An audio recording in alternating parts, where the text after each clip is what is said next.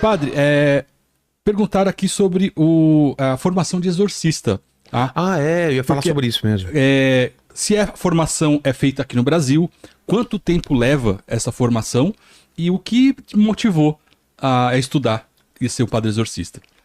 Na verdade, isso aqui tem que ficar muito claro. Eu estou fazendo a formação de exorcista para conhecer este mundo angélico. Eu fui incentivado muito pelo padre Duarte Lara. Que já veio aqui. Ele é exorcista, né, um dos grandes aí de Portugal. Ele que me disse, padre Cris, a gente vê o seu dom. O senhor, uma coisa interessante, Vilela. Ele falou assim, por que eu vejo que o senhor tem um grande dom para ajudar as pessoas na libertação do mal? Eu falei assim, mas padre, eu nunca pensei em mexer com o diabo, pelo amor de Deus. Eu sempre pensei em pregar a palavra. Agora já vou eu mexer com um capeta? Ele falou assim, não, você tem um dom que o diabo odeia. Eu falei, meu Deus, qual que é? A alegria. A alegria é o maior exorcismo que você pode fazer numa pessoa. Uma pessoa feliz, o diabo nunca tem vez na vida dela. Geralmente uma pessoa infeliz, triste, que o diabo ele entra. Uma pessoa feliz, satisfeita. Então você vê, a sua alegria, ela é exorcística. Você pode até não saber. Quer dizer, porque quando a gente fala exorcismo, o que as pessoas lembram? Hollywood. Exorcista, o filme lá. Eles lembram aquilo. Rodar a cabeça. Só isso que eles lembram. Mas o que é a palavra exorcismo? É a expulsão do mal. Então, o cristão católico batizado, o cristão em si, ele é um exorcista. Ou seja, quando você entra num ambiente, o que o mal tem que fazer? Ele tem que sair. A Bíblia diz, onde as luzes entram, as trevas não sobressaem. As trevas nunca ganham, né? Se você pensa, teve um apagão na cidade, tudo escuro, onde você acende uma vela, por menor que seja, a escuridão ela foge. Você não vê a escuridão brigando com a luz, não. Ela sempre perde. Então a gente já tem esse nosso batismo, um ser exorcístico, né? Todo padre, ele é por si um guerreiro contra o mal.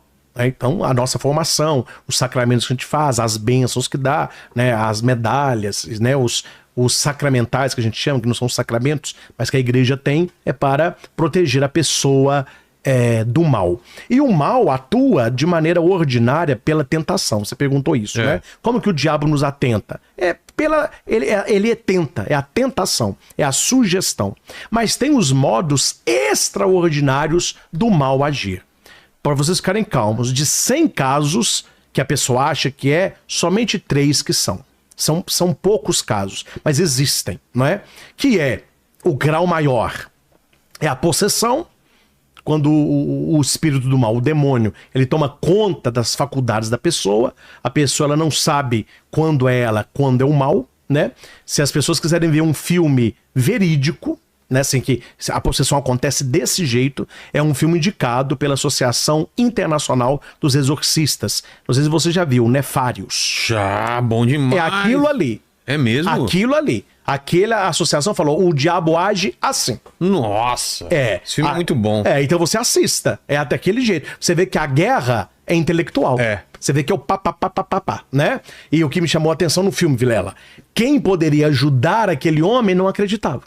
Né? Esse é isso, porque a associação falou, assista o filme para vocês entenderem que quem pode ajudar uma pessoa que está sendo alvo de uma tentação direta do demônio é o sacerdote. Então, a hora que chega o padre, eu não vou contar o filme, claro, né? Mas quando o padre entra onde aquele rapaz está, ele assusta, ele levanta, ele por que você tá fazendo aqui? O que você quer? Não sei o quê. Ô padre, calma. Nós já estudamos isso aí. Esse negócio de demônio já passou, é coisa da Idade Média. Hoje é muito mais uma coisa psicológica. Aí o diabo fala assim, gostei de você. Então, não é? Ele volta e começa a conversar com o padre. Quer dizer, a primeira arma que o diabo usa hoje é a descrença na sua pessoa. Então, e o catecismo fala totalmente o contrário, né? Que existe um mal personificado. Quando você estuda o Pai Nosso, não nos deixei cair em tentação, mas livrai-nos do mal. Ele fala do tentador, que é um mal personificado, e um mal que nos tenta. Então isso é a tentação.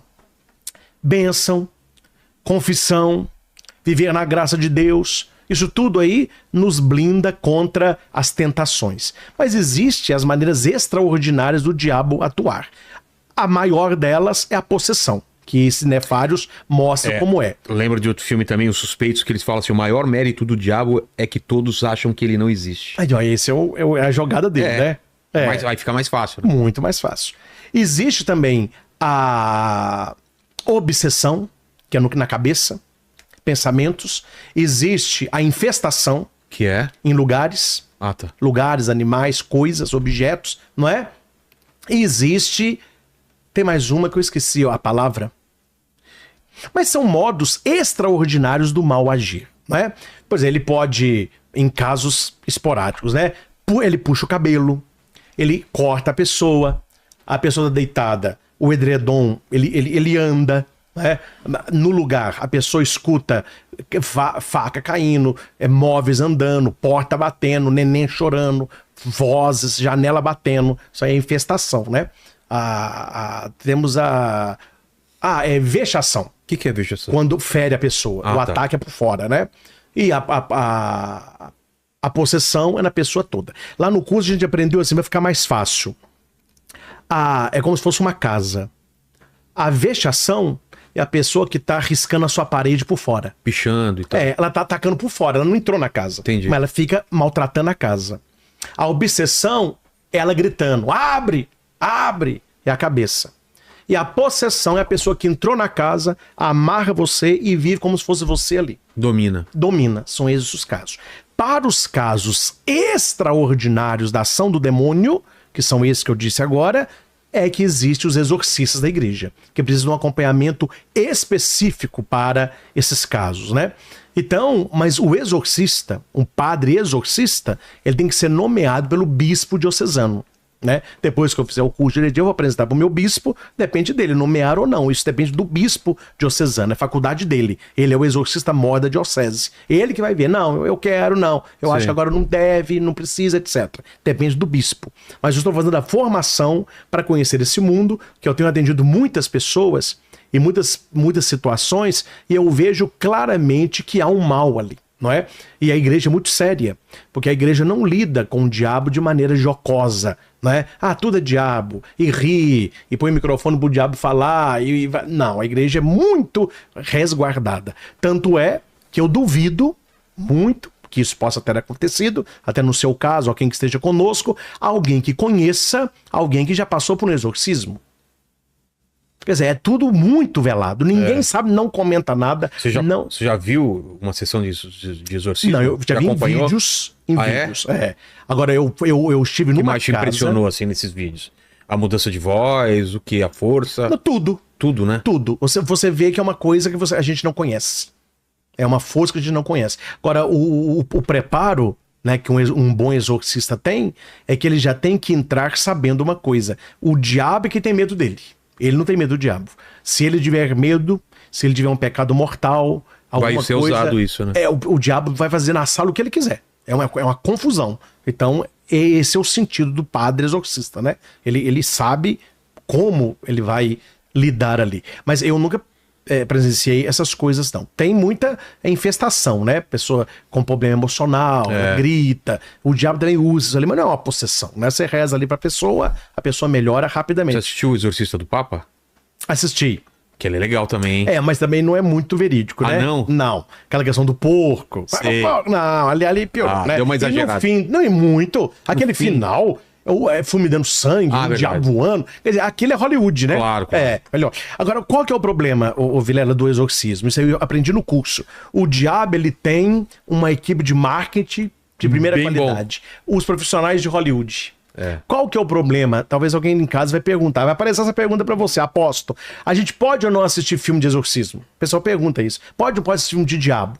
Só tem um problema se assistir filme de diabo. Isso eu aprendi no curso lá. Qual? Além de ficar na sua cabeça aquelas coisas, você vai dar ao diabo uma força que ele não tem. Entendi. Porque ele o não tem filme... esse poder. Não. O filme coloca o diabo como tal. Super poderoso. O padre ali, coitadinho, ele sofre. É igual filme de herói. O herói apanha no final. Filme de exorcismo é isso, né? Vocês podem ler um livro muito bom, não sei se você já leu, A História de um Herói. História do Herói. Não. É de Joseph Campbell. Joseph Campbell. Né? O Herói de Mil Faces. O Herói de Mil Faces. Ali é a estrutura do filme do exorcismo. Exato. Né? O padre não quer, depois o padre aceita que vai, a pessoa não sabe que tá, depois tá, pede ajuda. Aí no final, Tem a jornada do herói, né? É a jornada do herói. É apresentado uma questão pra ele que ele acha que é muito grande. Não é pra mim. Aparece um ele mentor. recusa, aí vem o mentor, ele vai. Dá um poder extraordinário. É. Filme de exorcismo, a gente sabe direitinho. Exato. Né? Só que passa um poder que o diabo não tem, né? Mas o que eu estava falando aqui para Você fala do seu curso. Você ia falar alguma coisa do curso, eu te interrompi. Desse seminário. É curso ou seminário? O curso É um curso. É um curso, né? Que você viu no curso, os vídeos e aí...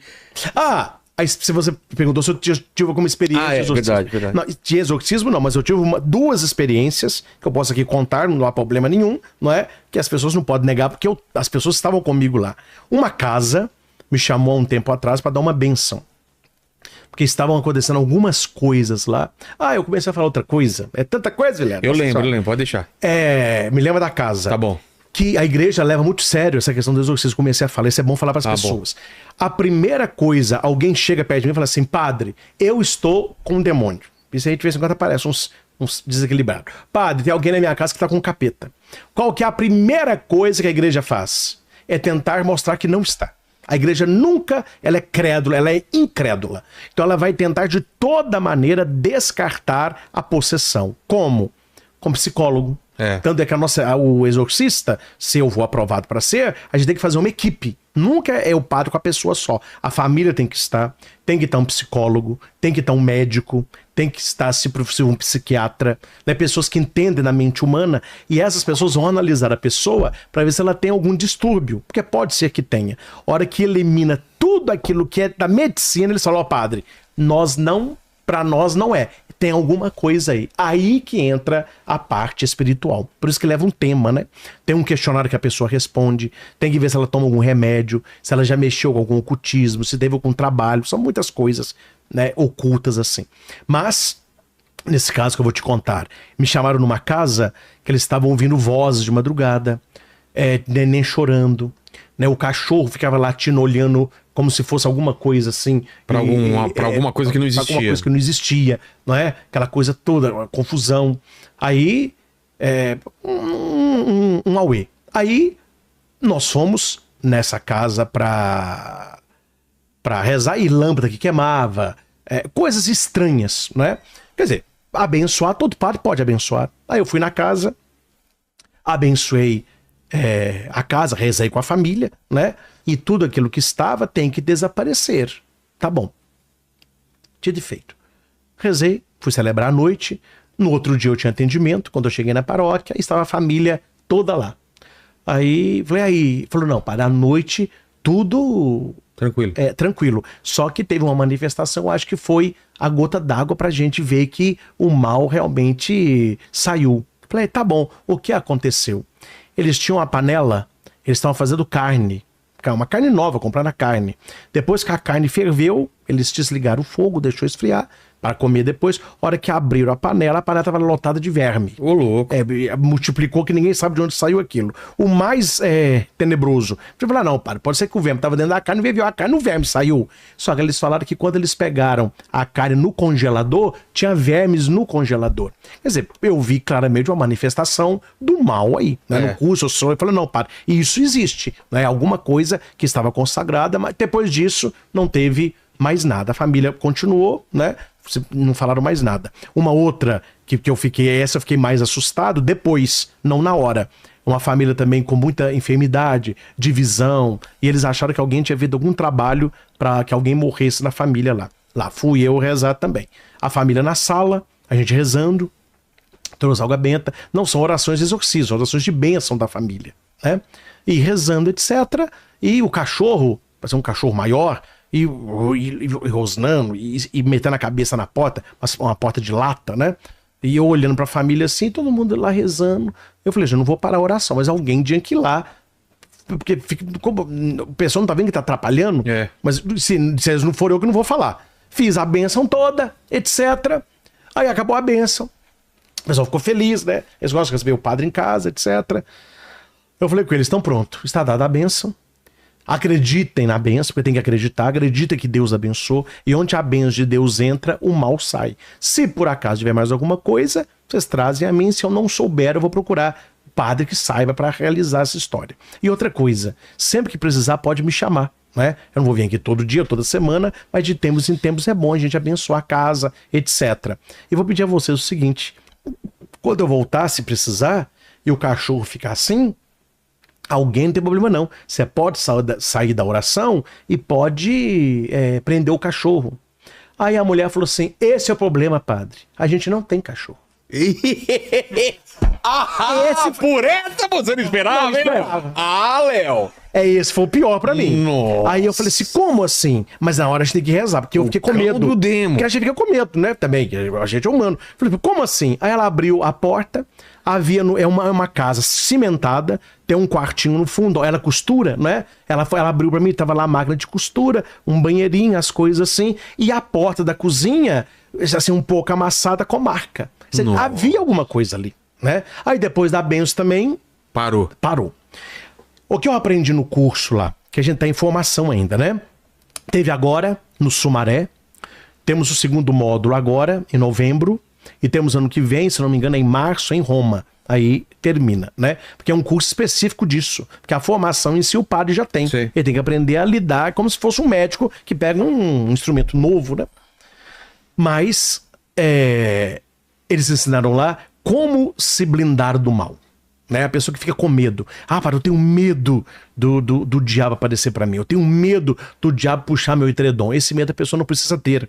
Porque ele age na tentação. Esse é o meio que ele age, né? E toda vez que ele se manifesta no exorcismo, olha que interessante, é um mistério também, mas toda vez que ele age de modo extraordinário, manifesta-se ali a graça de Deus. Que é toda vez que ele se manifesta, qual é o final dele? Ele vai ser retirado. O exorcista vai lá, não é? E eu não sei, porque graças a Deus eu não sei, nunca fui e não quero ir. Mas eu acho que o inferno nem pro diabo de ver, às vezes é bom.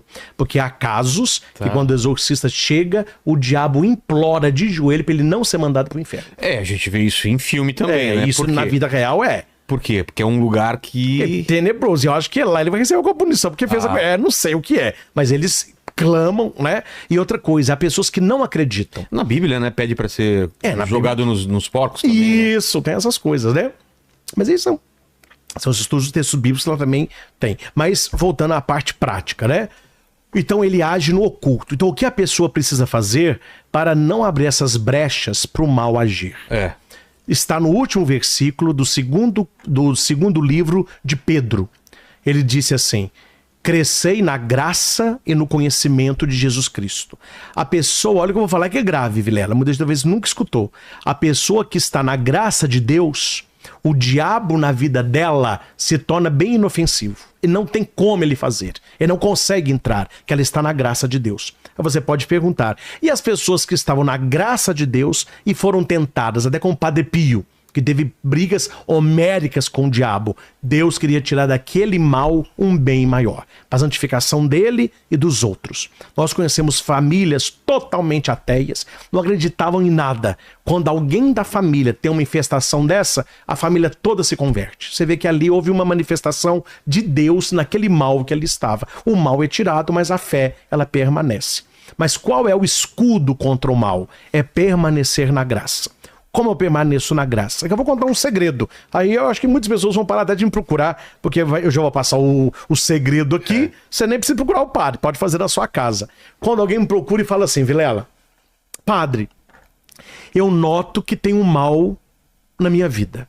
Isso aparece muito. Que as pessoas parecem que vê as coisas que estão erradas, elas acham que tem um diabo, uma nuvem preta em cima da cabeça dela, né? Na verdade, dentro da nossa cabeça, são as mãos de Deus. Mas ela fala, pá, tem uma nuvem negra na minha vida, não sei o quê. O que eu passo para todos? Vamos fazer o seguinte, isso eu aprendi no curso lá. Antes da gente rezar por você fazer qualquer coisa, você vai entrar no estado de graça. O que está no estado de graça? Você que não confessa há muito tempo, faça uma boa confissão. Faça um bom exame de consciência e confesse. Não confesse comigo, porque se eu for seu padre, que eu vou te acompanhar nessa oração de libertação, é bom que outro seja o seu confessor, para que a sua confissão não me conduza para onde eu não iria, entendeu? Primeira coisa é isso. Segunda coisa, missa dominical, não falte. E vá no estado de graça para você comungar. Você tem que receber a Eucaristia. Se puder, comunhão diária, mas missa dominical. Terceiro, terço em família diário, todo dia. Pega lá 20 minutinhos, reúne a família toda e reze o terço. Se possível, o diário, com o freio às 4 da madrugada, né? Mas reze o terço. E leia o evangelho do dia. Parece muito, mas não é. Confissão, missa dominical, o terço em família, evangelho do dia. Quem não faz nada disso pode estar pensando em casa assim, padre, mas é muita coisa. Meu filho, a hora que você vê, me desculpe a expressão, a avó pela greta, você reza e faz o que o padre pedir. A pessoa está tão desesperada porque ela vê um mal na casa dela. Ela faz o que o padre pede. O que acontece com 98% dos casos?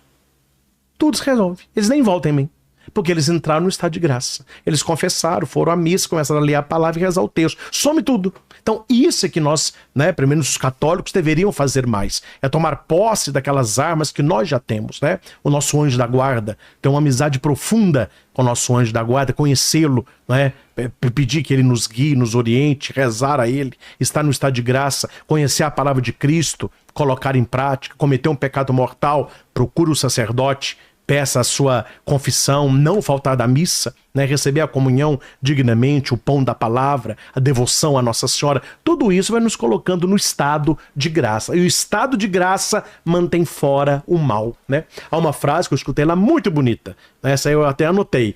O que afunda um navio não são as águas que estão fora, mas é que estão dentro. Verdade. Então, quer dizer, você tem que manter, isso. você tem que manter as coisas fora. Quer dizer, o seu navio ele vai continuar flutuando. Pode estar um caos lá fora, mas se você está na graça, você flutua, né?